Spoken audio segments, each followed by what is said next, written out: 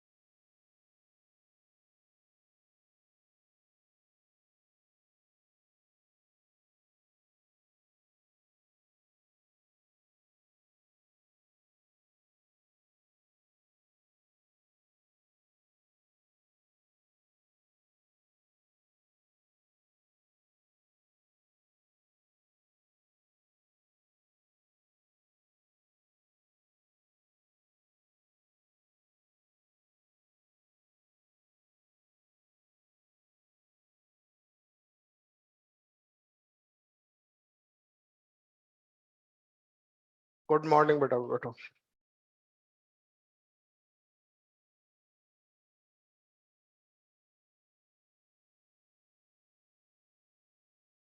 क्या पढ़ लिया था लास्ट में?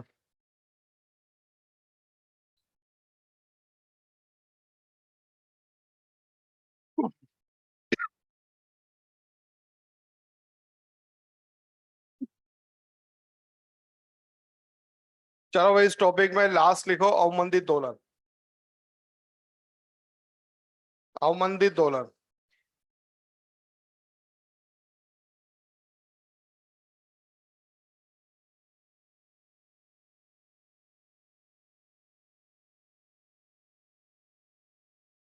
बस बोलना बंद करो यार, सुनो। अवमंदित दोलन, अभी तक हम सरल आवर्त गति पढ़ रहे थे ना। तो आपको पता है कि सारी ऊर्जा, गतिज ऊर्जा किस में परिवर्तित हो जाती है? स्थितिज ऊर्जा में। माध्य अवस्था पर सारी ऊर्जा गतिज होती है। चरम अवस्था पर क्या हो जाती है? स्थितिज, फिर गतिज, फिर स्थितिज। इसका मतलब ऊर्जा निरंतर जो है वो क्या होती है? परिवर्तित होती रहती है, पर संरक्षित बनी रहती है। पर आपको पता है ऐसा होता है क्या? नहीं होता ना।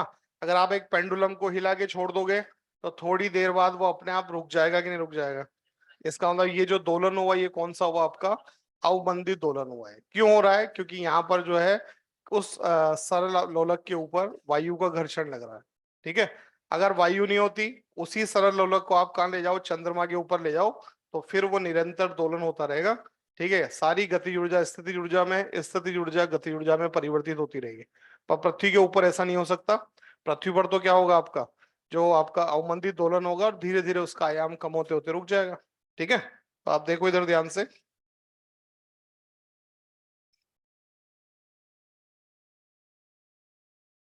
सरल लोलक ले लो, या ये देखो मैंने क्या बनाया, इधर देखो। एक स्प्रिंग बना दी है। ये स्प्रिंग है। और इस स्प्रिंग में एक ब्लॉक, बेटा यार बोलो नहीं, इधर देखो। एक एम ब्लॉक सस्पेंडेड कर दिया। अब अगर इसको हम नीचे की तरफ विस्थापित करके छोड़ेंगे तो ये सरल आवर्त गति करेगा, अगर यहाँ किसी तरह का माध्यम नहीं है तो। ठीक है। पर मैंने क्या किया, इसको एक कंटेनर के अंदर ले गया हूं। ठीक है। जिसके अंदर कोई द्रव भर दिया। द्रव की जरूरत नहीं है, हवा भी वही काम करेगी। इसके ऊपर घर्षण लगाएगी। अब बताओ इस स्थिति में सरल आवर्त गति होगी क्या? नहीं, लगातार घर्षण की वजह से क्या होता जाएगा? ये कम होता जाएगा। अभी तक हम एक सिंपल सी बात लिख रहे थे कि माइनस के एक्स जो होता है वो बल के बराबर होता है। अरे होता है ना। ये तो सरल आवर्त गति की स्थिति है। ठीक है। पर यहां पर क्या होता है कि माइनस के एक्स और एक और बल लगता है, बी वी। ये किसके बराबर होता है? एम ए के बराबर। या इसको लिख देते हैं माइनस के एक्स माइनस बी। वी को लिख सकते हैं D x upon D T. बोलो। एक बस तो इधर लिखूंगा एम, और त्वरण को लिख सकते हैं D square x upon D T. दो बार अवकलन करेंगे तो त्वरण बन जाएगा कि नहीं बन जाएगा? तो ये किसकी समीकरण होती है? अवमंदित दोलन की समीकरण है। ये पढ़ो एक बार क्या लिखा हुआ है, माइनस के एक्स माइनस बी। ठीक है। चलो सबसे पहले लिखो अवमंदित दोलन क्या होता है। हाँ, अवमंदित दोलन के सामने लिखो। लिखो दोलन कर रहे कण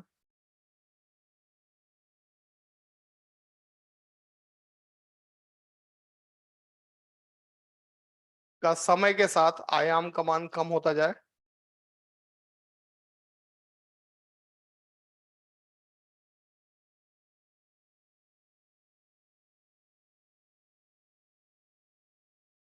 आयाम का मान कम होता जाए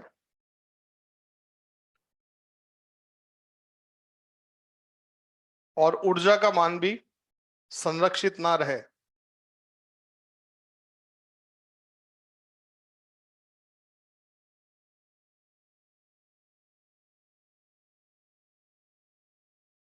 इस प्रकार का दोलन अवमंदित दोलन कहलाता है।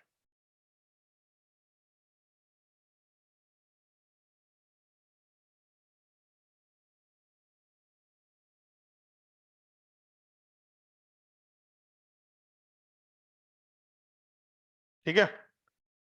ये तो बल बना दी। अभी तक के एक्स लिखते थे एम ए के बराबर, अब इसको तो मिटा देता हूँ। अवमंदित दोलन में क्या होता है आपका, माइनस के x minus b v equals to m a होता है। बनाओ ये समीकरण।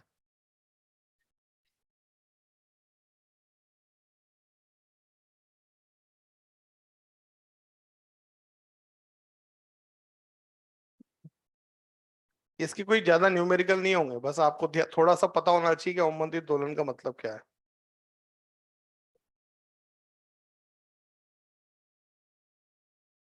ठीक है, ये जो बी लिखा हुआ है डंपिंग कोफिशिएंट या अवमंदित नियतांक बोलते हैं इसको। अवमंदन नियतांक बी लिख देना नीचे, अवमंदन नियतांक। अवमंदन नियतांक बी का मतलब अवमंदन नियतांक। ठीक है, यहां पर अभी तक हमने ओमेगा की समीकरण लिखी थी। ओमेगा क्या होता है बताओ मेरे को। ओमेगा का फॉर्मूला क्या होता है, रूट के बाई एम होता है ना। यहां पर क्या होता है ओमेगा डैश, जब अवमंदित नियतांक मतलब अवमंदन होगा तो उस कंडीशन में ओमेगा डैश होगा omega square minus B upon 2m। ये ओमेगा डैश की वैल्यू होती है। ठीक है, और अगर समीकरण लिखोगे विस्थापन की समीकरण एक्स या वाई बराबर, पहले क्या लिखते थे, ए साइन ओमेगा टी या ए कॉस ओमेगा टी। अरे बोलो, यहां पर जो समीकरण होती है वो होती है a exponential power minus b by 2m। ठीक है, और टी लिख देना इसके ऊपर। ये तो होगा आपका आयाम। ठीक है, कॉस ओमेगा टी प्लस 5, ये जो है वो अवमंदन दोलन में जो है विस्थापन की समीकरण है। ठीक है, बना दो।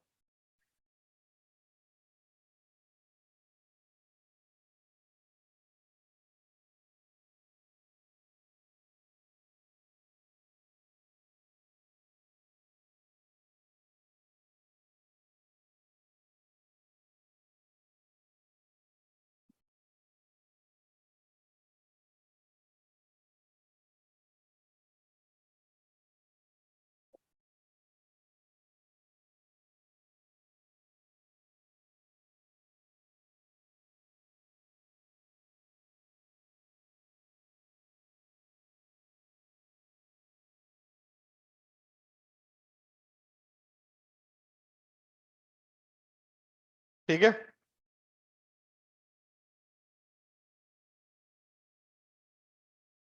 बन गया।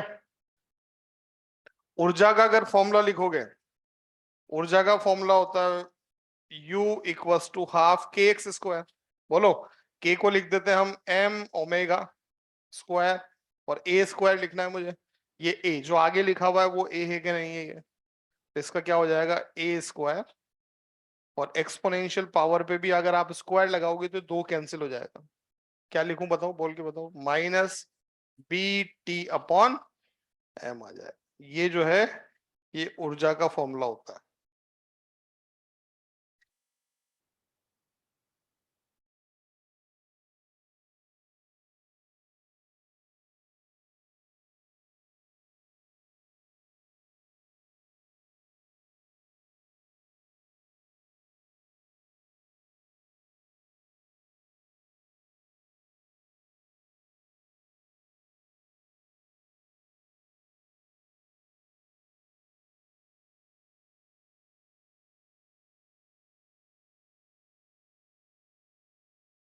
हो गया, लिख दिया। अब देखो इधर ध्यान से सुनो, तीन कंडीशन की बात करते हैं। सबसे पहले तो नंबर फर्स्ट, नंबर फर्स्ट जो है ओमेगा की वैल्यू ज्यादा हो किससे, बी अपॉन 2m से। ठीक है, ये ओमेगा है। ठीक है, कोणीय आवृत्ति, और ये आपका बी अपॉन 2m है। ठीक है, पहली कंडीशन लिखो, omega greater than b upon 2m।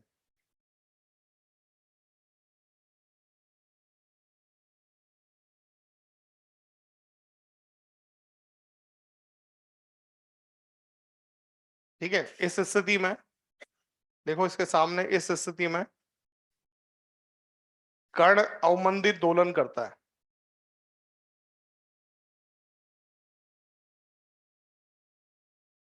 ठीक है, देखो इधर बोर्ड पे अवमंदित दोलन का मतलब क्या है। सबसे पहले तो आपको पता है अवमंदित दोलन की समीकरण में कॉस आ रहा है। कॉस का मतलब वैल्यू कहां से स्टार्ट करनी है, अधिकतम से। अधिकतम से स्टार्ट करना, मान लो ये अधिकतम है। अवमंदित दोलन का मतलब ये धीरे धीरे धीरे धीरे क्या होता जाए, आयाम का मान क्या होता जा रहा है, कम होता जाए, इस तरह का दोलन। अगर ओमेगा का मान b/2m से ज्यादा है तो ये ऐसा ग्राफ बनता है। ठीक है, बना दो नीचे। अधिकतम से स्टार्ट करना।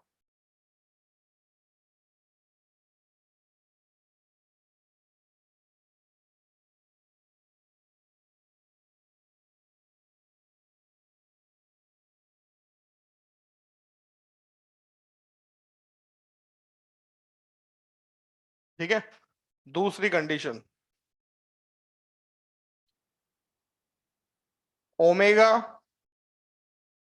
बराबर हो किसके, b/b के, 2m के, है ना, इस तरह की कंडीशन हो, बराबर या छोटा हो जाए।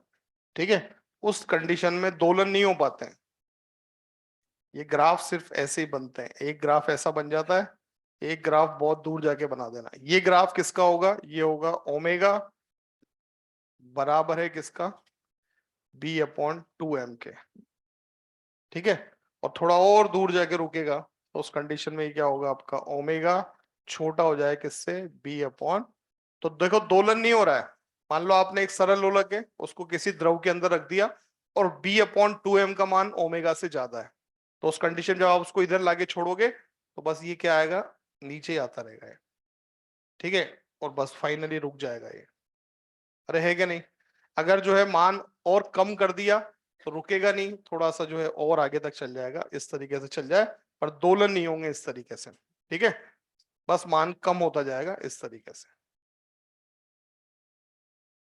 ये आयाम है ये।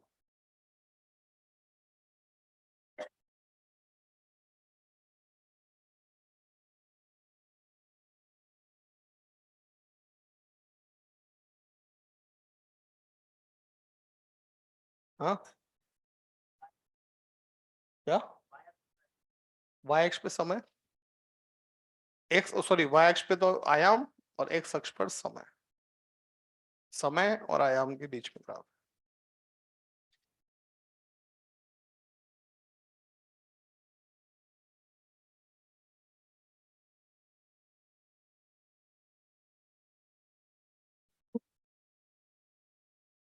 ठीक है, चलो अब क्वेश्चन बहुत इजी होते हैं, बहुत ही इजी क्वेश्चन है, लिखो सवाल।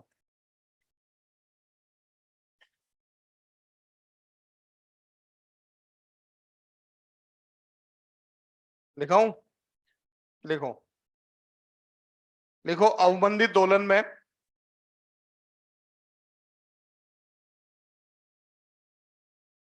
कण का आयाम 1 मिनट में आधा रह जाता है। कण का आयाम 1 मिनट में आधा रह जाता है। कण का आयाम 1 मिनट में आधा रह जाता है, तो 3 मिनट में कण का आयाम होगा। 3 मिनट में कण का आयाम होगा।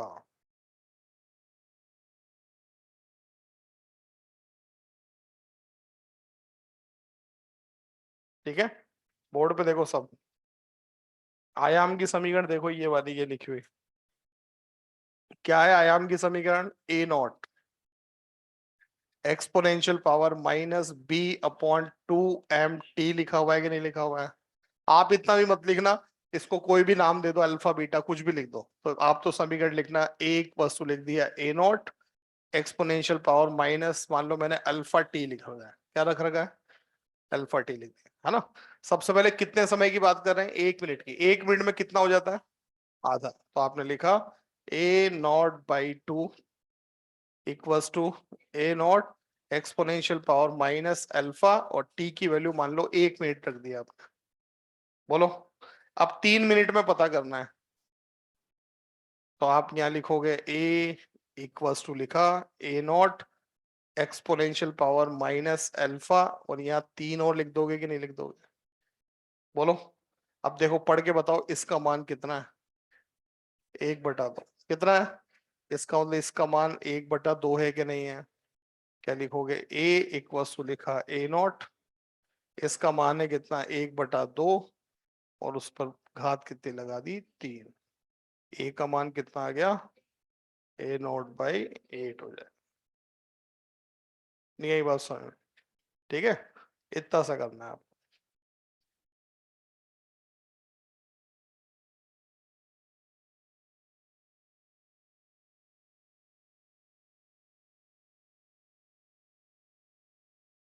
ऐसा का ऐसा सवाल आप उसमें भी करते हो अपने रेडियो एक्टिविटी में, हाँ बिल्कुल वैसे के वैसे ही।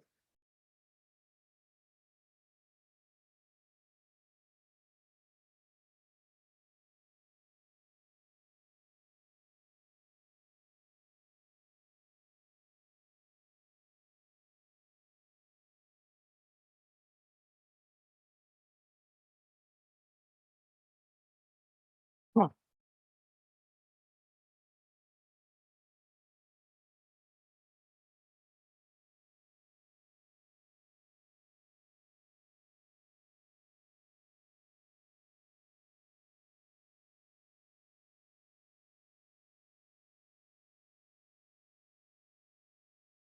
हो गया, एक और लिख दो, लिखाने का तरीका बदलेगा, करने का तरीका यही रहेगा, है ना। लिखो क्वेश्चन।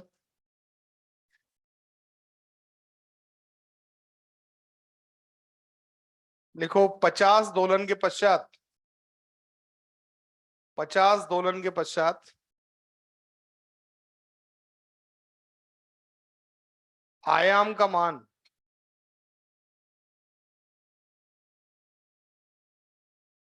प्रारंभिक मान का 0.8 गुना रह जाता है।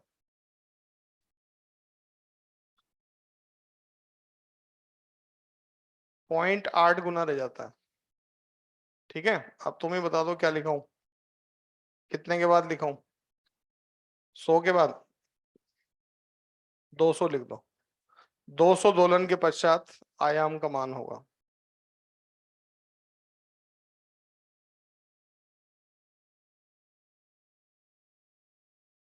ठीक है। देखो बोर्ड पे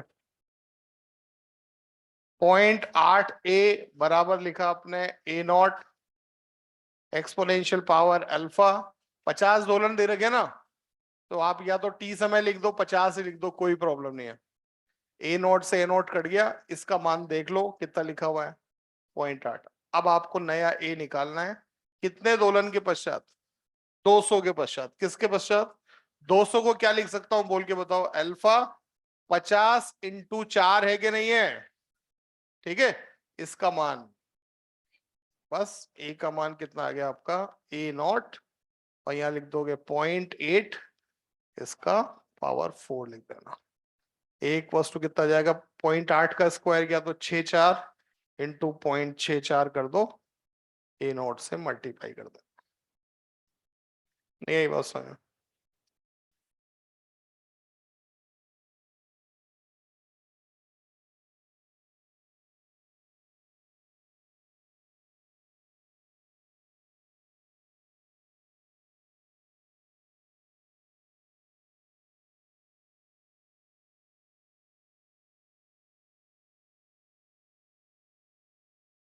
0.8 को 4 बार गुणा कर देना।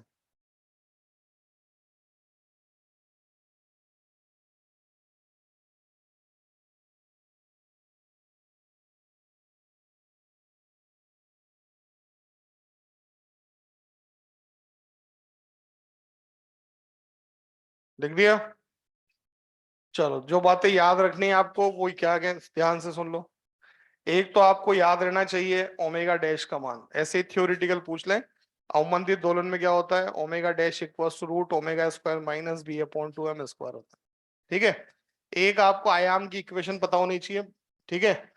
एक वस्तु होता है A naught exponential power minus B upon 2m T के बराबर होती है। बी अपॉन 2m को आप अल्फा बीटा कुछ भी लिख लेना, सवाल करने का तरीका मैंने बता दिया है कैसा सवाल होता है, ठीक है। और अवमंदित दोलन के लिए ये कंडीशन याद रखना, क्या होनी चाहिए कंडीशन, ओमेगा का मान बड़ा होना चाहिए किससे, तभी जाके अवमंदित दोलन होते हैं। अगर इसका मान बराबर हो जाए या छोटा हो जाए तो फिर दोलन नहीं होते हैं। समझ में आ गई बात? दोलन के लिए ओमेगा का मान क्या होना चाहिए? बड़ा होना चाहिए, किससे? b/2m से। ठीक है, न्यूमेरिकल मैंने बता दिया कैसा आपसे पूछेंगे। ठीक है, चलो ये आपका हुआ चैप्टर कंप्लीट। अरे यार ताली वाली मत बजाओ, बस आगे लिखो। अब लिखो वेव मोशन।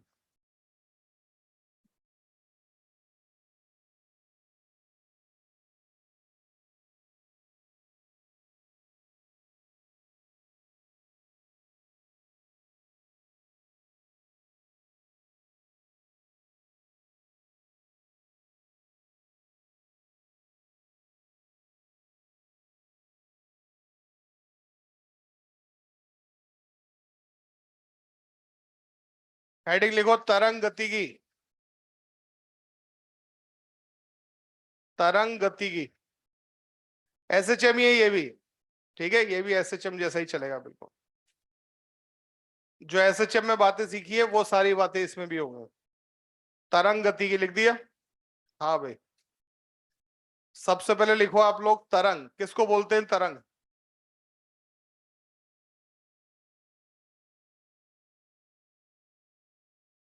तरंग किसको बोलते हैं? देखो इधर सुनो, अरे इधर मेरी बात सुनो। देखो, ऊर्जा स्थानांतरण के दो तरीके होते हैं। ठीक है, ऊर्जा स्थानांतरण का पहला तरीका, मान लो इसको, ये सबसे लास्ट में बैठा है ना, इसको क्या करना है? उधर लास्ट में जो बैठा उसके धक्का मारना है। एक तरीका तो ये है कि यहां से उठ के जाए, बोलो, और उठ के जाके उसको धक्का लगाए। इसका मतलब इस पूरे प्रोसेस में द्रव्यमान की गति हुई है। अरे हुआ कि नहीं हुआ? तो या तो ऊर्जा स्थानांतरण द्रव्यमान से हो सकता है, बोलो। दूसरा तरीका ये है कि यहीं से क्या करेगी, इसके पास वाले को धक्का दे। पास वाले को धक्का देगा तो वो इसका धक्का इसको लगेगा, उसका धक्का इसको लगेगा, इसका धक्का इसको लगेगा, और ये धक्का लास्ट में पहुंच जाएगा। जैसा कि अपन एक लाइन में खड़े होते हैं, ठीक है, मंदिर में खड़े हो या कहीं पिक्चर हॉल में खड़े हो। मंदिर में तो कहाँ खड़े होंगे, तो पिक्चर हॉल में खड़े होंगे। ठीक है, पीछे आदमी, पीछे वाला आदमी धक्का देता है तो धक्का आगे तक आ जाता है कि नहीं आ जाता? इसका मतलब इसमें द्रव्यमान का स्थानांतरण नहीं हुआ है, वस्तु अपनी जगह पर है। ठीक है, पर ऊर्जा कहाँ बढ़ गई है? आगे की तरफ बढ़ गई है ना? इसको क्या बोलते हैं? इसको तरंग बोलते हैं। ठीक है, लिखना स्टार्ट करो। लिखो ऊर्जा संचरण की वह विधि, ऊर्जा संचरण की वह विधि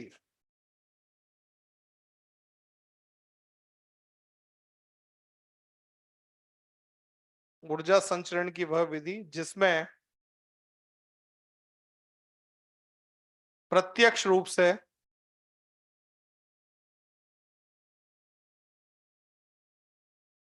द्रव्यमान का स्थानांतरण नहीं होता है।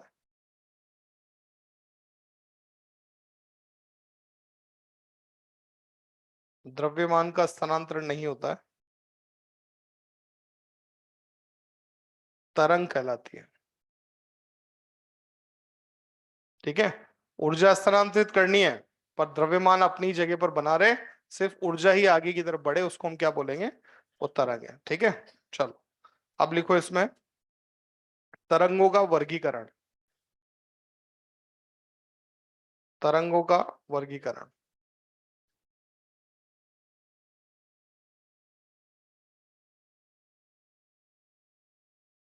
हाँ भाई, यार ये पेन रखने का भी इतना शोर होता है तुम्हारी क्लास में। ये पेन रखो ना, कॉपी के ऊपर ही रखा करो यार, अब ज्यादा करोगे तुम। हाँ भाई, लिखो, पहला लिखो इसमें तरंगों का वर्गीकरण करना है ना। नंबर फर्स्ट लिखो माध्यम के आधार पर।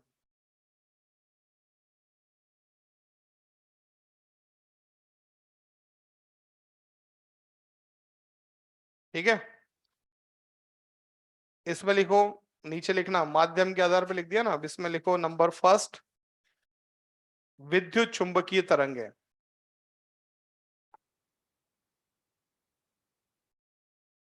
विद्युत चुंबकीय तरंगे।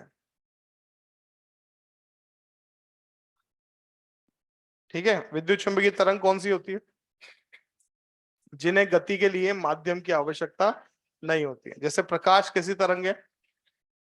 सूरज से आ रहा है प्रकाश, ठीक है, पर उसको आने के लिए बीच में कोई हवा निर्वात है, वहां तो हवा नहीं है, फिर भी प्रकाश आ रहा है कि नहीं आ रहा है?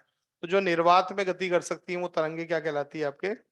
चलो लिखो इसमें। अच्छा, माध्यम भी हो तो कोई प्रॉब्लम नहीं है। पृथ्वी पर आता है तो वायु है, पानी के अंदर भी जाती है, इसका मतलब माध्यम है तो भी ठीक है, पर माध्यम नहीं है तब भी क्या होगा, ये तरंगे गति करती है। ठीक है, लिखो इसमें नंबर फर्स्ट, विद्युत चुंबकीय तरंग के सामने इन तरंगों को संचरण के लिए माध्यम की आवश्यकता नहीं होती है।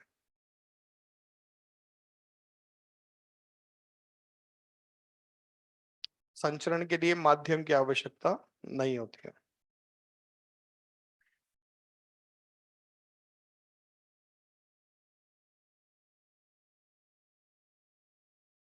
ठीक है, उदाहरण लिख दो पीछे, प्रकाश, ठीक है, या अपने जो है पराबैंगनी, अवरक्त, ये सब क्या है? विद्युत चुंबकीय तरंगे हैं। प्रकाश अवरक्त तरंगे, ठीक है, पराबैंगनी तरंगे, ठीक है, ये सब विद्युत चुंबकीय तरंगे होती है। लिख दिया। दूसरा लिखो इसमें, हाँ भाई, यांत्रिक तरंग। दूसरा, यांत्रिक तरंग।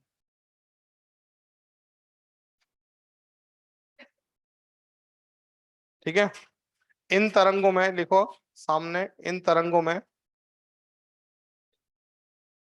ऊर्जा संचरण के लिए,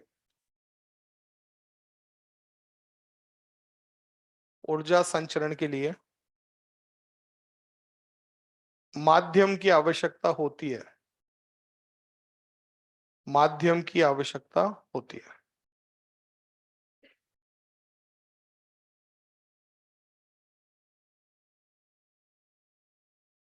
ठीक है, लिख दो उदाहरण इसमें भी।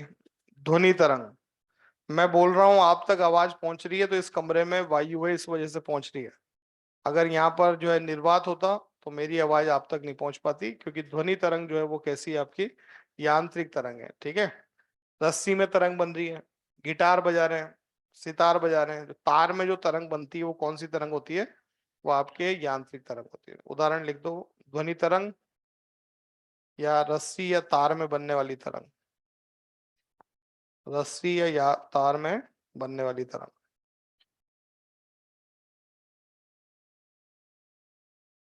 ठीक है, तो ये माध्यम के आधार पर तरंगे दो प्रकार की हो गई, कौन कौन सी? विद्युत चुंबकीय और यांत्रिक तरंग। ठीक है, दूसरा लिखो। हाँ भाई, दूसरा लिखो, ऊर्जा संचरण के आधार पर, ऊर्जा संचरण के आधार पर। नंबर दो, ऊर्जा संचरण के आधार पर।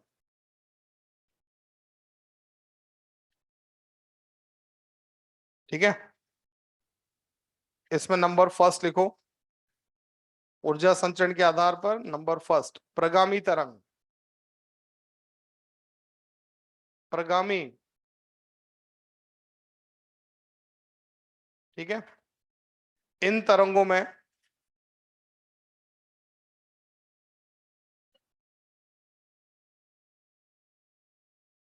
ऊर्जा का स्थानांतरण एक स्थान से दूसरे स्थान पर होता है। ऊर्जा का स्थानांतरण एक स्थान से दूसरे स्थान तक होता है।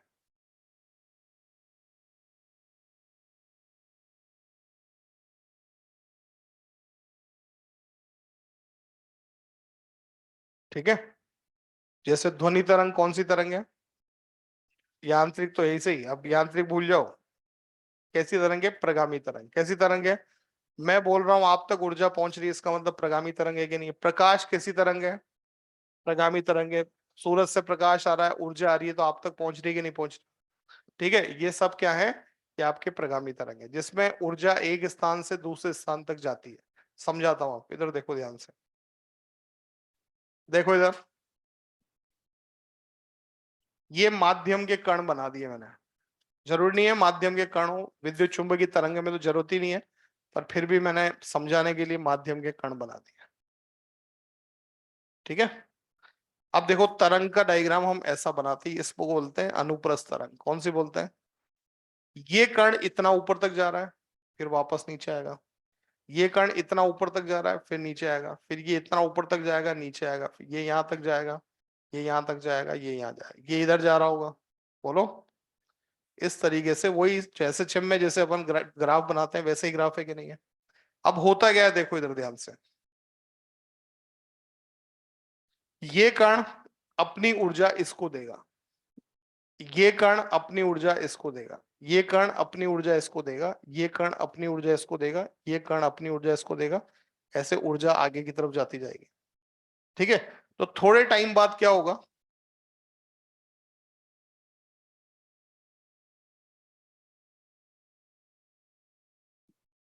थोड़े टाइम बाद ये होगा कि जो कण अधिकतम पर है वो किस पे आ जाएगा? जीरो पे। बोलो। और जो जीरो पर है वो किस पर हो जाएगा? अधिकतम पर। तो ये ग्राफ ऐसा बन जाएगा। देखो यहां पर जो कण अधिकतम पर था अब किस पर आ गया है? ये जो जीरो पर था वो किस पर आ गया है? ये अधिकतम पर था, ये किस पर आ गया है? जो जीरो पर था वो किस पर आ गया? आपका अधिकतम पर आ गया। बोलो भाई। फिर थोड़े टाइम बाद क्या होगा? ये वापस से आगे बढ़ जाएगी तरंग। तो जो अधिकतम पर है वो किस पर हो जाएगा? जीरो पे। तो ये ग्राफ ऐसा बन जाएगा। बोलो भाई। तो लगातार देखो ये जीरो पे, उसके बाद यहां आ गया जीरो वाला कण। अरे बोलो।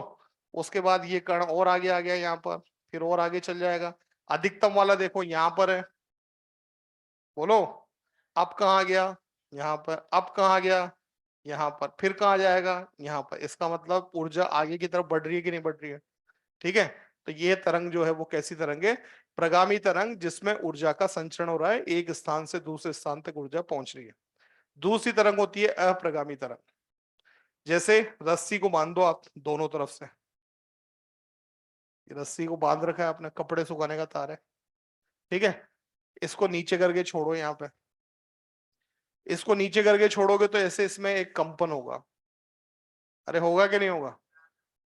ये अधिकतम पर है तो ये कंपन ऐसे होता रहेगा। अब आप बताओ ये कंपन कभी भी अधिकतम यहाँ पहुंच सकता है क्या? नहीं। ये जो अधिकतम पर है वो अधिकतम पर ही रहेगा, जो आधे पर है वो आधे पर ही कंपन करेगा, जो जीरो पर है वो कैसा रहेगा? जीरो पर ही होगा कि नहीं होगा? ये जो तरंग है ये कौन सी तरंग है? ये है आपकी अप्रगामी तरंग। इसमें ऊर्जा का संचरण नहीं हो रहा है। जिसके पास अधिकतम ऊर्जा है उसके पास हमेशा ही अधिकतम रहेगी, और जिसके पास ऊर्जा जीरो है उस पर क्या रहेगी? आपकी जीरो की जीरो ही रहेगी। समझ में आ गई बात सभी को? ठीक है, क्या लिखा आप पढ़ के बताओ। हाँ, फिर उदाहरण लिख दो। ध्वनि तरंग। डायग्राम नहीं बनाना, अभी लिख दो। डायग्राम डायग्राम बनेंगे बाद में, अभी मत बनाओ। हाँ, ध्वनि तरंग, प्रकाश तरंग, ये सब कैसी तरंग है? प्रगामी तरंग है।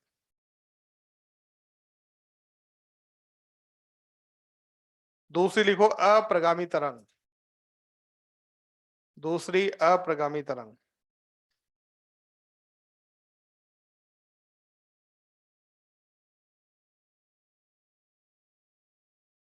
इन तरंगों में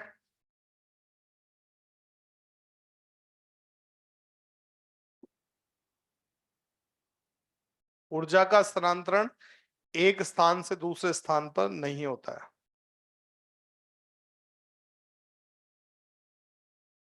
ऊर्जा का स्थानांतरण एक स्थान से दूसरे स्थान तक नहीं होता है।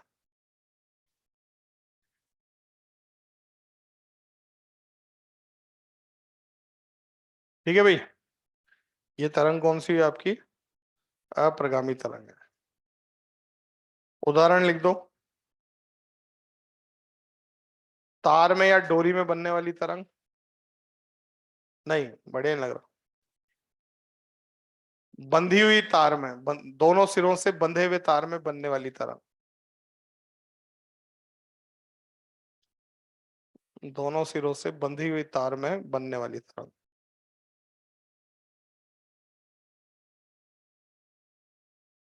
ठीक है। या कोई भी पाइप है, पाइप में जो तरंग बनती है वो भी कैसी होती है? वो भी अप्रगामी तरंग। जैसे आपका पेन का जो कैप है, ढक्कन है पेन का, उसमें आप फूंक मारोगे तो आवाज आएगी ना। बोलो भाई। अरे यार बस बस ना, बाहर निकालूंगे क्लास के। सुन लो ध्यान से, है ना, उसमें आवाज आती है ना, उसके अंदर भी जो तरंग बनती है वो कौन सी तरंग होती है, प्रकार में लिख दो। देखो किसी पाइप में बनने वाली तरंग।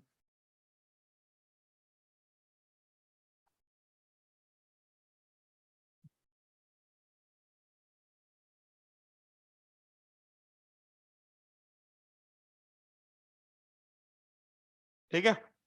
ये दूसरे प्रकार का वर्गीकरण हुआ किसके आधार पर, ऊर्जा संचरण के आधार पर।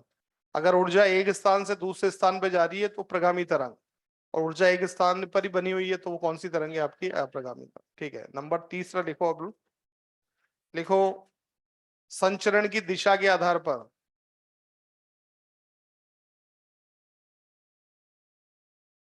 संचरण की दिशा के आधार पर।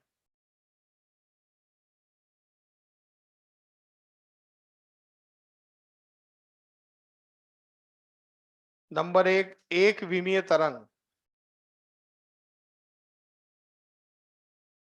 अब लिखा नहीं, जरूरत तो नहीं है, एक विमीय क्या होता है, जो एक ही दिशा में चल रहा है। बोलो भाई। दूसरा द्विविमीय तरंग, और तीसरा त्रिविमीय तरंग। एक विमीय, द्विविमीय व त्रिविमीय।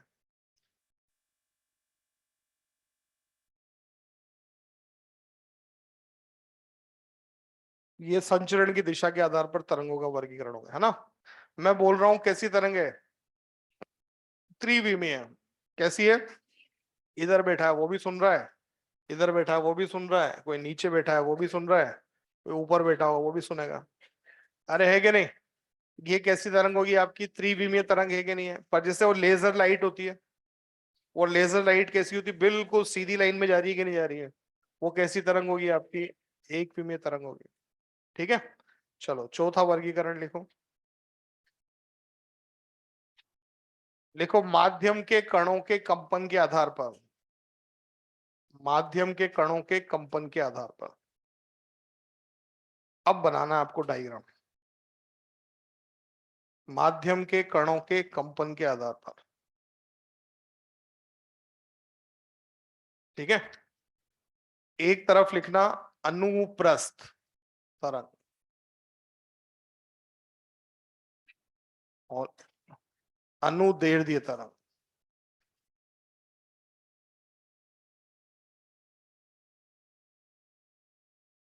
एक तरफ अनुप्रस्थ लिख दो, एक तरफ अनुदैर्ध्य। ठीक है। देखो बोर्ड पे, अनुप्रस्थ तरंग जो होती है, इसमें माध्यम के कण, तरंग इधर की तरफ गति कर रही है, ये तरंग संचरण की दिशा है। क्या है ये, तरंग संचरण का मतलब ऊर्जा इधर की तरफ जा रही है, तो माध्यम के कण इसके लंबवत कंपन करते हैं, वेग की दिशा के लंबवत कंपन हो रहे हैं। ठीक है, ये कौन सी तरंग है, ये अनुप्रस्थ तरंग है। ठीक है। बोलो बेटा। अनुदैर्ध्य तरंग का डायग्राम हम ऐसा बनाते हैं, कण जो है अगर तरंग इधर की तरफ जा रही है ना, तो कण भी ऐसे ही कंपन करेंगे। अब ऐसे कंपन को या तो मैं यूं बताऊं कि ये कण है, ये ऐसे ऐसे कंपन कर रहा है। बोलो। या इसको समझाने के लिए डायग्राम को ऐसे बना देते हैं, कण ऐसे कंपन कर रहे हैं ना, ऐसे लाइन बना देते हैं।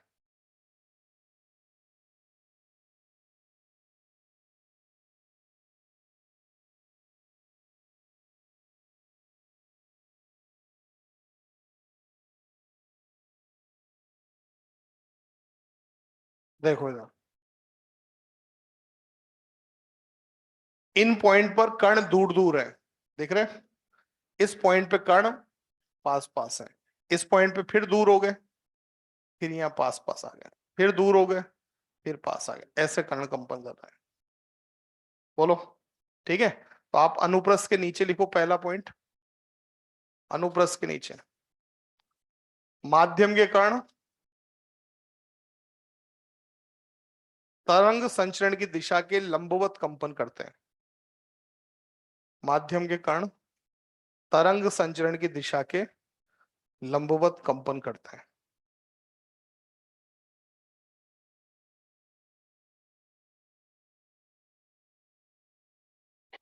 अनुदैर्ध्य में लिखो, माध्यम के कण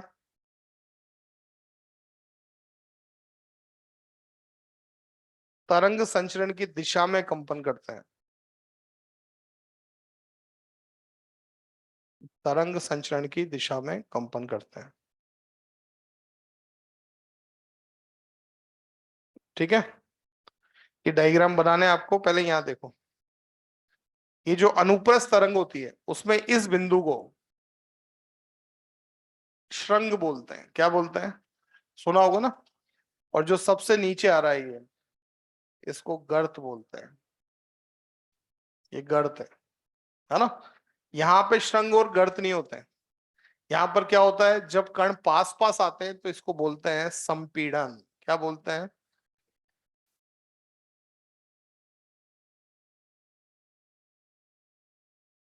ठीक है। तरंग जब दूर दूर होते हैं तो क्या बोलते हैं इसको? हाँ, प्रसारण। प्रसार।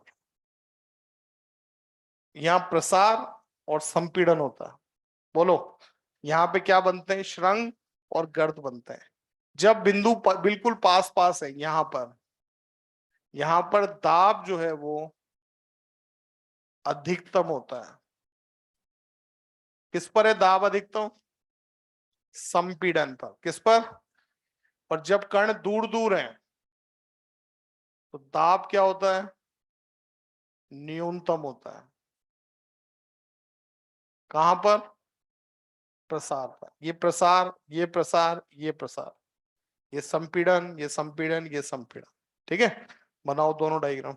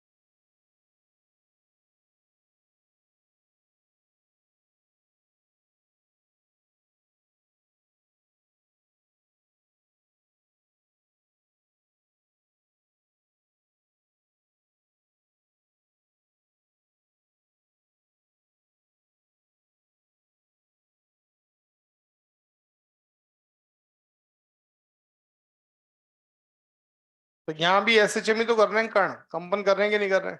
इसका मतलब तरंगों की समीकरण भी बिल्कुल वैसी होगी जैसी आपकी एसएचएम की समीकरण होती है।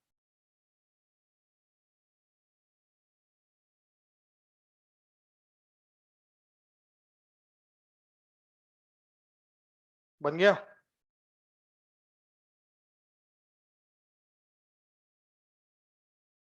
संपीड़न पर दाब का मान अधिकतम होता है और प्रसरण या प्रसार पर जो है वो दाब का मान न्यूनतम होता है। ये दाब जो है वो सिर्फ हम अनुदैर्ध्य तरंग में बताते हैं, अनुप्रस्थ में दाब नहीं बदलता। ठीक है, तो वहां पे तो सिंपल बात करते हैं। ऊपर वाला बिंदु जो है उसको क्या बोलते हैं? श्रृंग।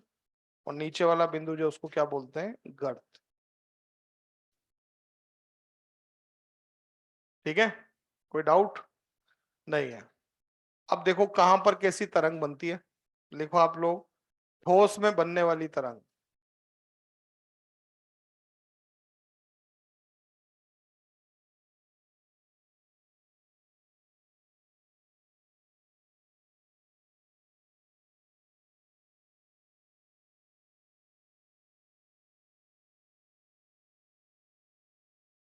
देखो इधर, मैं आपसे बोलूं, एक रॉड ले ली मैंने, रॉड है ये। ठीक है बेटा, और इस रॉड को जो है हमने किसी टेबल के ऊपर रख दिया,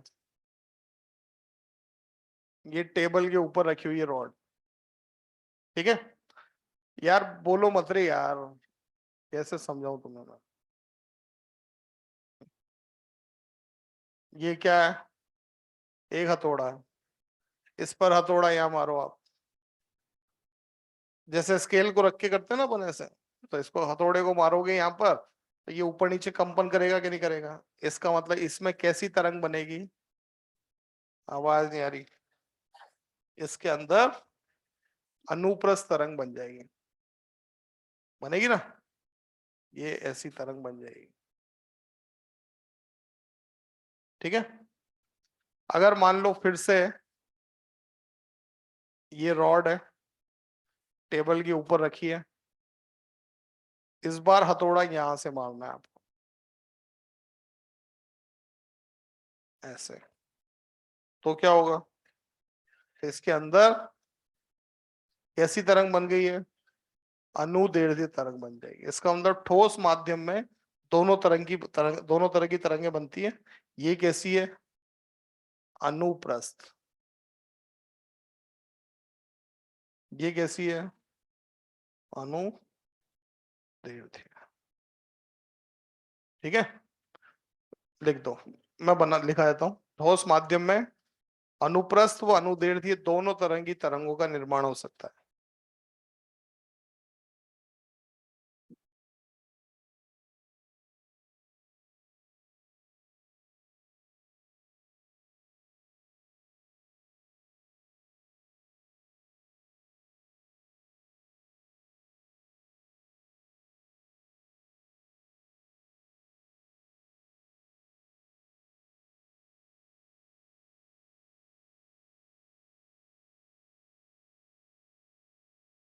ठीक है, डायग्राम बनाओ।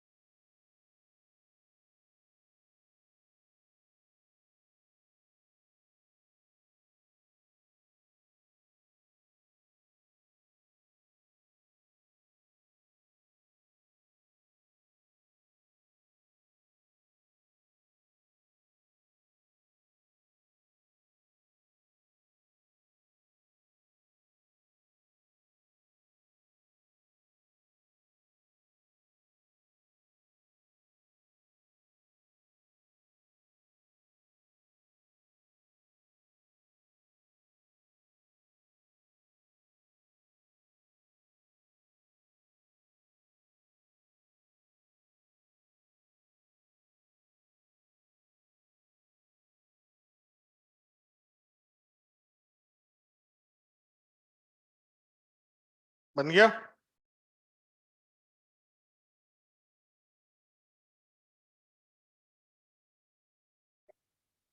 बना दिया होगा।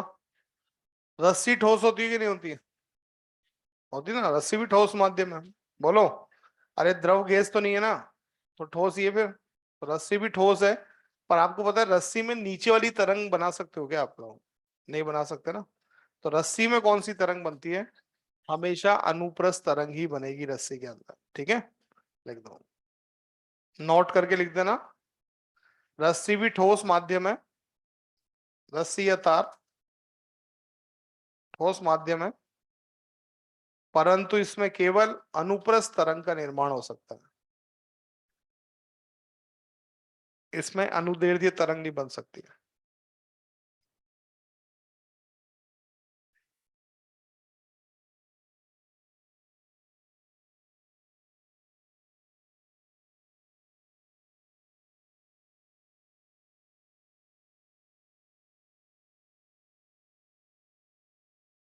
हो गया,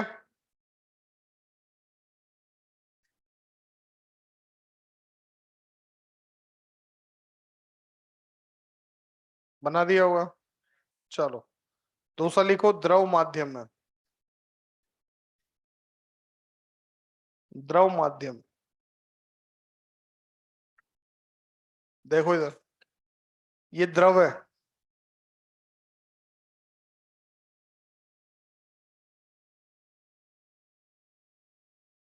नीचे एक मैंने पानी के अंदर एक बॉम्ब रखा हुआ है, ठीक है, पानी के नीचे एक बॉम्ब है ना।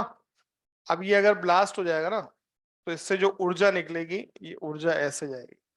कौन सी तरंग बन रही है बताओ? आवाज नहीं आ रही।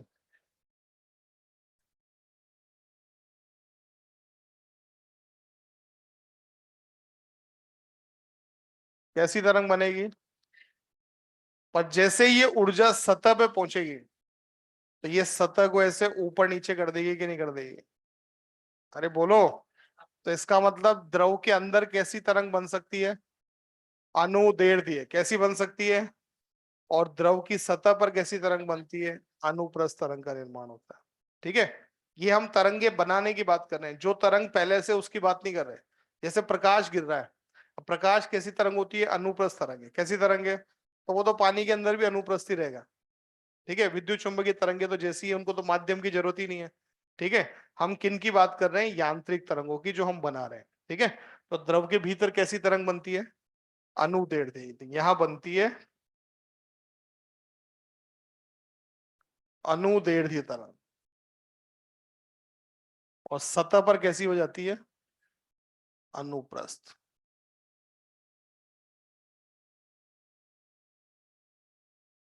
ठीक है, देखो द्रव की सतह पर अनुप्रस्थ तरंगों का निर्माण होता है।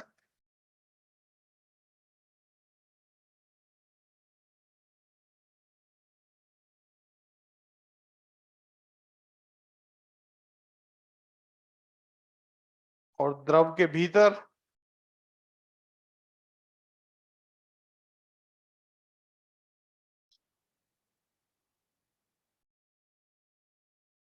अनुदैर्ध्य यांत्रिक तरंग का निर्माण होता है।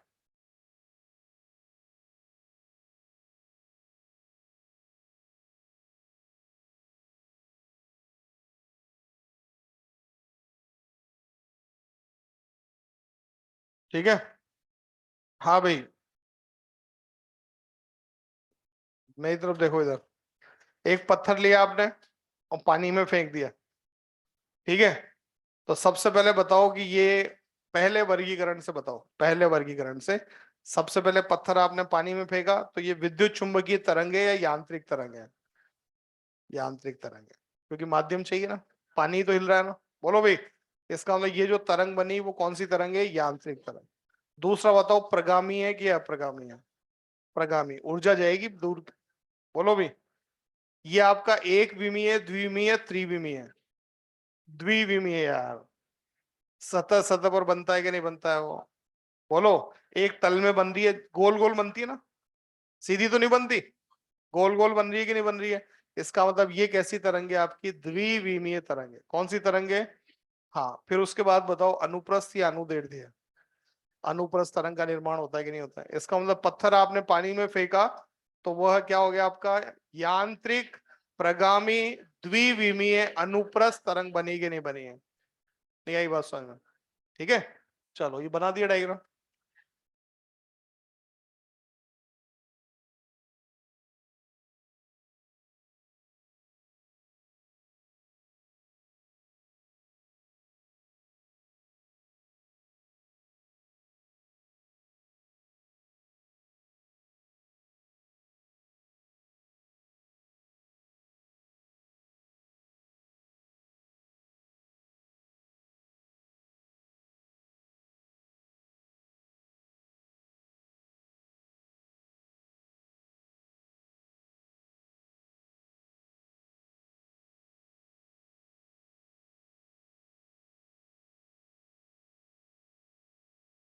बना दिया हुआ।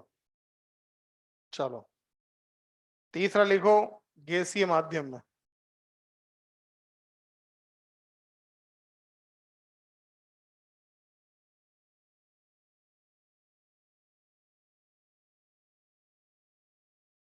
देखो गैसीय माध्यम में बनने वाली यांत्रिक तरंगे हमेशा अनुदैर्ध्य होती है। गैसीय माध्यम में बनने वाली यांत्रिक तरंगे, गैसीय माध्यम में बनने वाली यांत्रिक तरंगे हमेशा अनुदैर्ध्य होती है।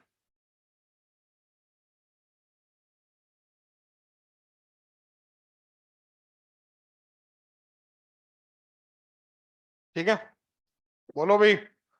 देखो इधर ध्यान से, मैं बोल रहा हूं कौन सी तरंग है ये है अनुदैर्ध्य तरंग। कौन सी तरंग है?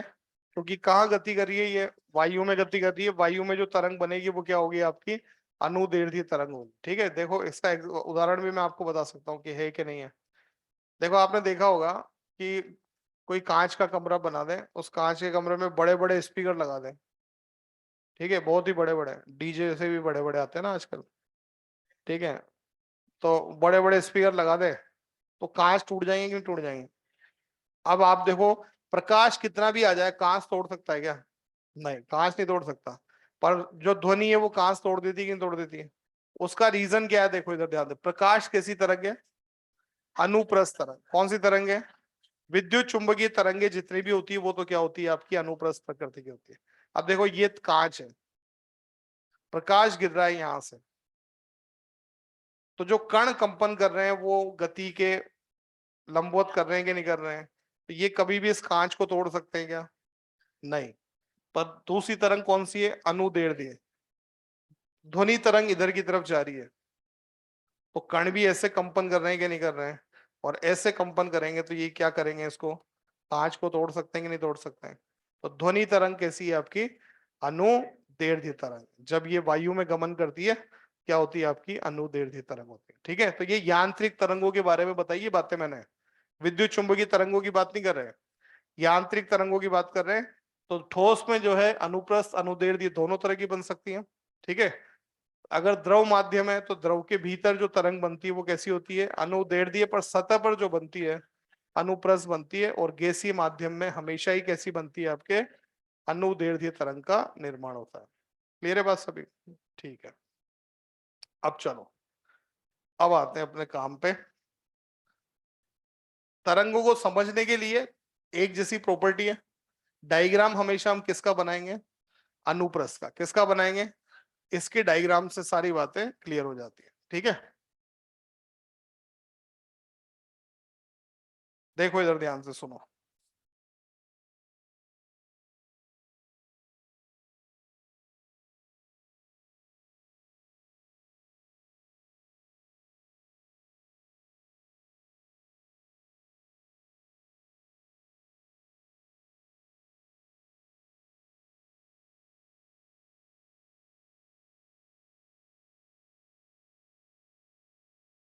इस तरफ समय बना दिया और इस तरफ जो है मैंने इसका विस्थापन बता दिया।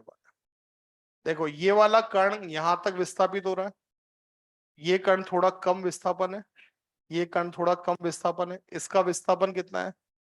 इसका फिर विपरीत दिशा में अधिकतम विस्थापन है, फिर ये कम है। इस तरह की कंडीशन है। बोलो बेटा, ये अलग अलग कणों का विस्थापन मैंने बता दिया आपको। इसका कितना है? 0 है। इसका फिर अधिकतम है,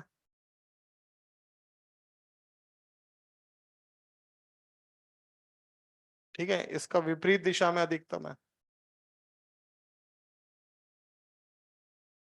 ये अलग अलग कण है यहाँ।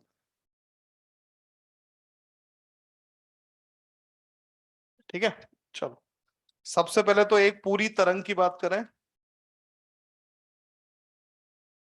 यहां से लेके ये पूरी एक तरंग है, अरे है कि नहीं?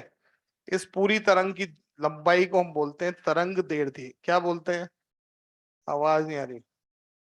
यह है तरंग दैर्ध्य, नहीं दैर्ध्य। इसको हम किससे लिखते हैं? लैम्डा से। ये तरंग दैर्ध्य है ना?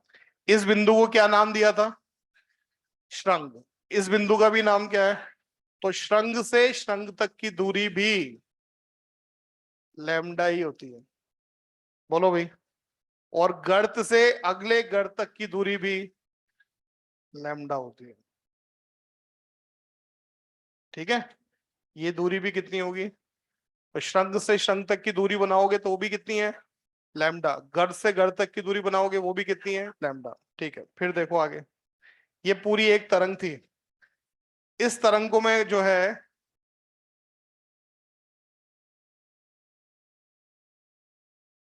चार बराबर भागों में बांट दूं।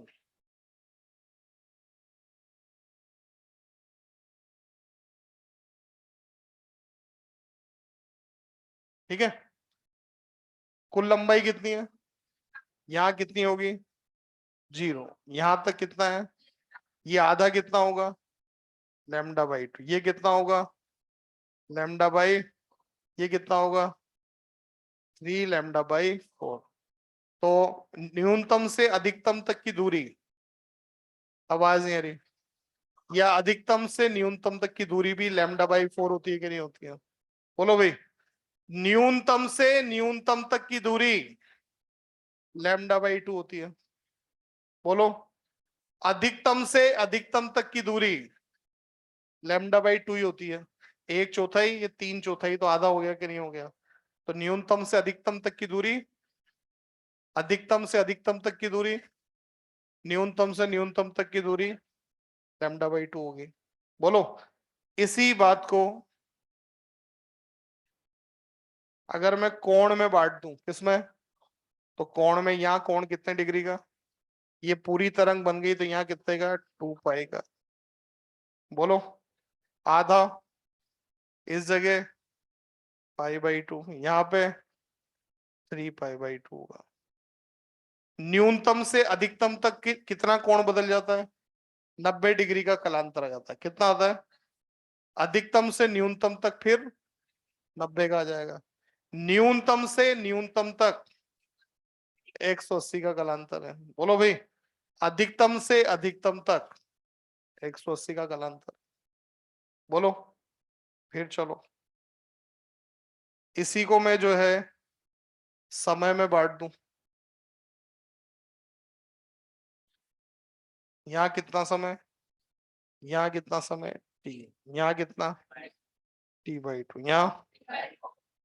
यहाँ पे तो ये तो बिल्कुल वैसा ही है जैसा लैम्डा लिखा हुआ है। अरे है क्या नहीं? इस तरीके से हम क्या कर सकते हैं, इसको समयांतर, कलांतर और यहाँ पर पथांतर, ठीक है, इन तीनों में विस्तार इसको जो है बांट सकते हैं। समझ आ गई बात सभी को? ठीक है, बनाओ डायग्राम। थोड़ा यार बड़ा बनाना, क्योंकि अभी इसमें और भी कुछ बना दूंगा मैं।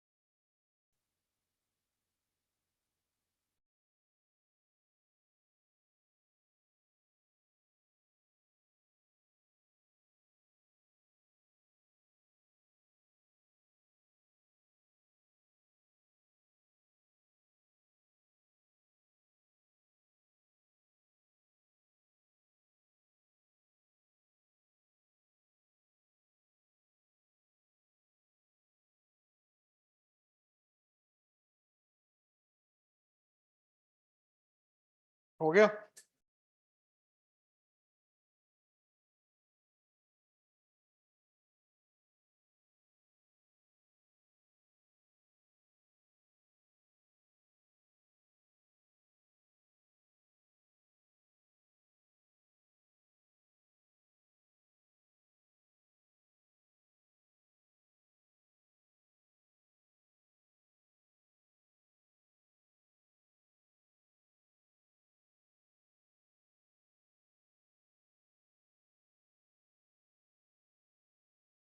क्या कर रहे हो यार, बन गया हुआ। तो एसएचएम में भी यही सारी बातें करते थे, एसएचएम में बस लैम्डा नहीं होता था। वहां पे क्या होता था, या तो समय होता था या फिर कलांतर होता था। यहाँ पर समय और कलांतर के साथ साथ क्या आ गया, पथांतर। ठीक है, तो फिर से वही रिवीजन ही चल रहा है।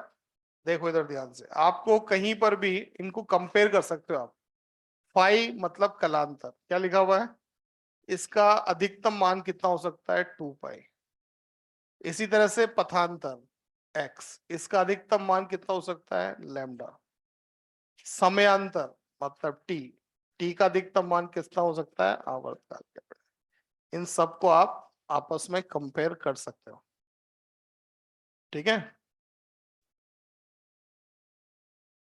अभी अपन क्वेश्चन करेंगे। अभी लिख दो सिर्फ, 5/2 pi equals to x upon lambda बराबर किसके होगा, टी बाई कैपिटल टी के बराबर होता है।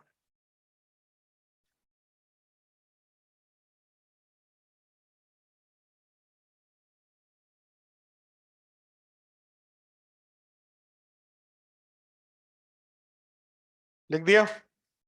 चलो, अब यहां भी आपको पता है कण जो है उनके विस्थापन आ रहे हैं कि नहीं आ रहे हैं।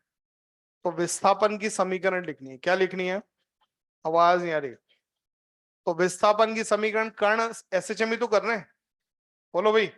तो कण एसएचएम कर रहे हैं, सरल आवर्त गति कर रहे हैं, तो इसका मतलब विस्थापन की समीकरण भी सरल आवर्त गति की आ जाएगी कि नहीं आ जाएगी, बोलो यार।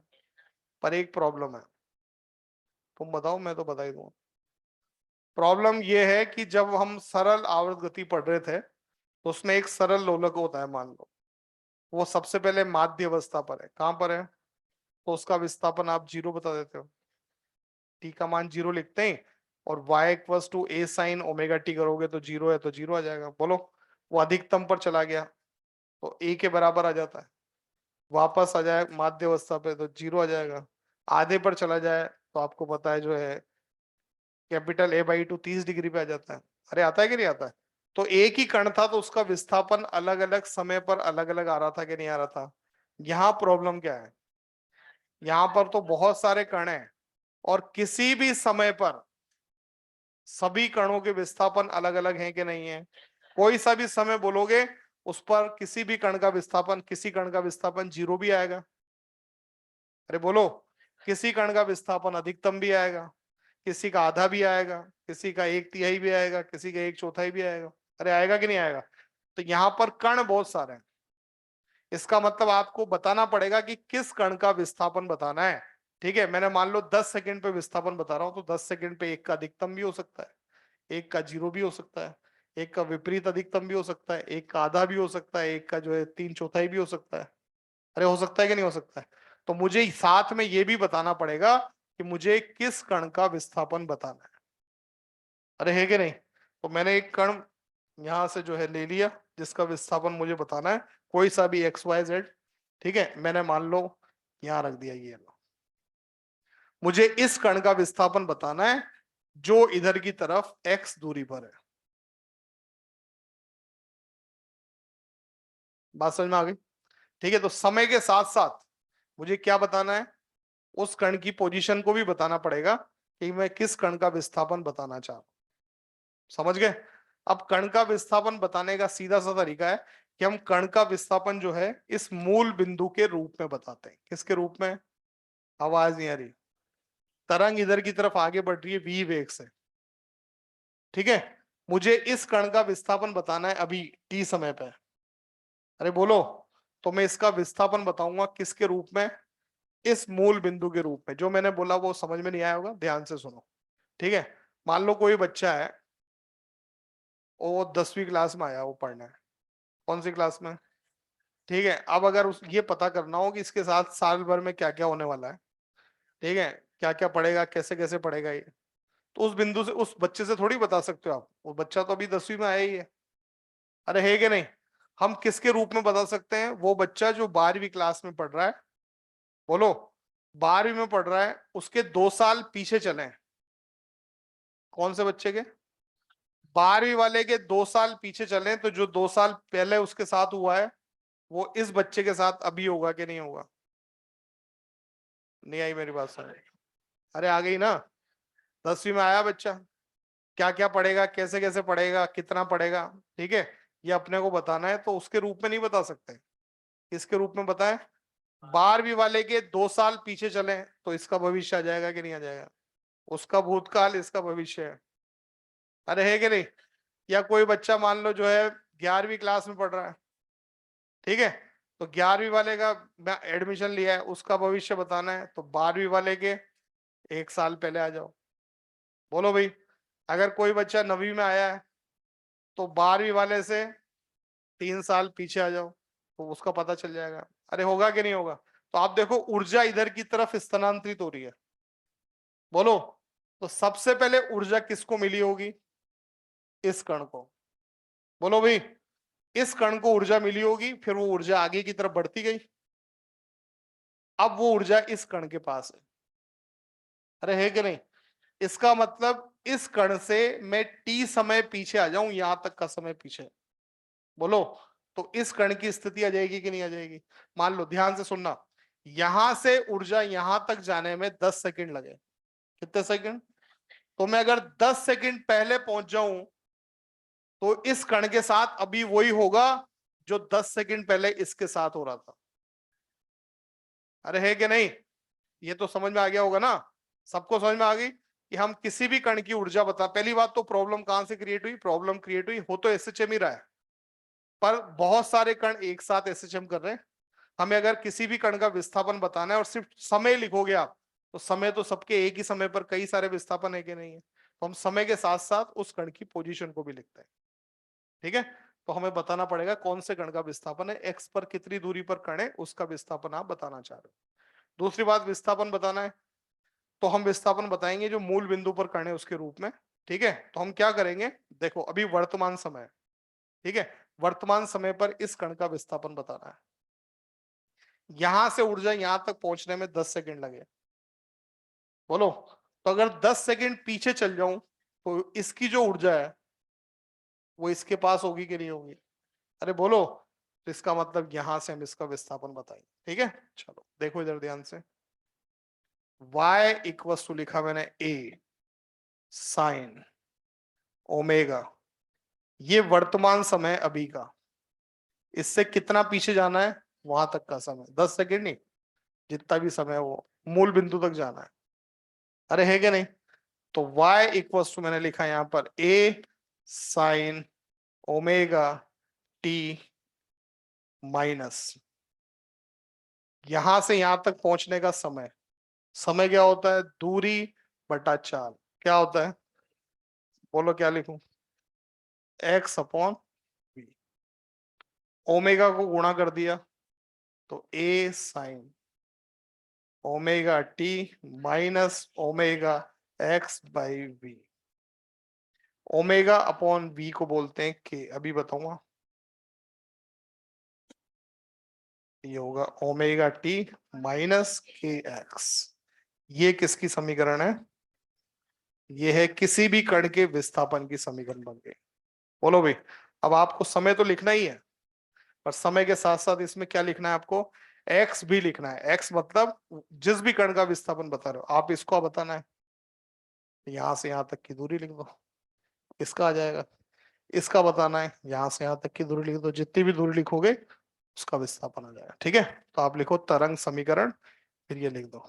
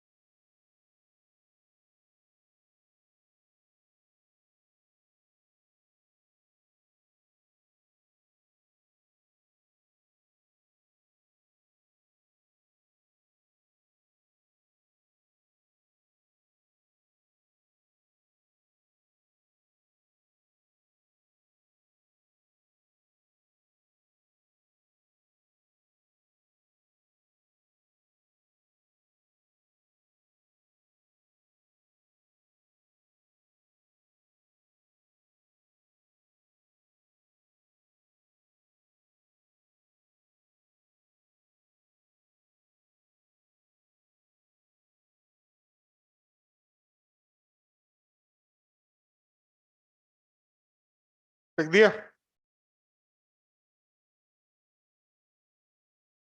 लिख दिया बेटा? अब कुछ बातें जो अपने को याद है पुरानी उनको तो नहीं लिखेंगे, नई बातें लिखेंगे। ओमेगा आप सब जानते हो, क्या होता है ओमेगा का फॉर्मूला? 2 पाई बाई टी होता है। अरे बोलो, लिखूं क्या? आप बोलो तो लिख दूं।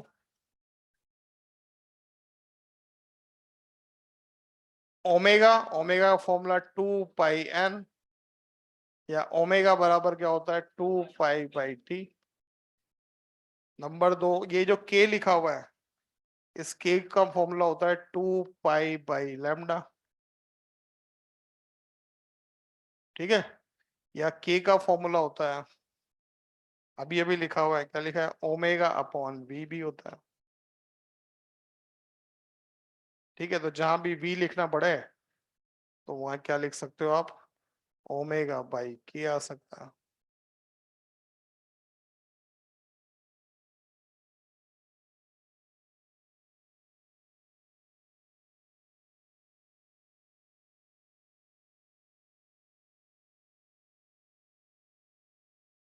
ठीक है, बनाओ।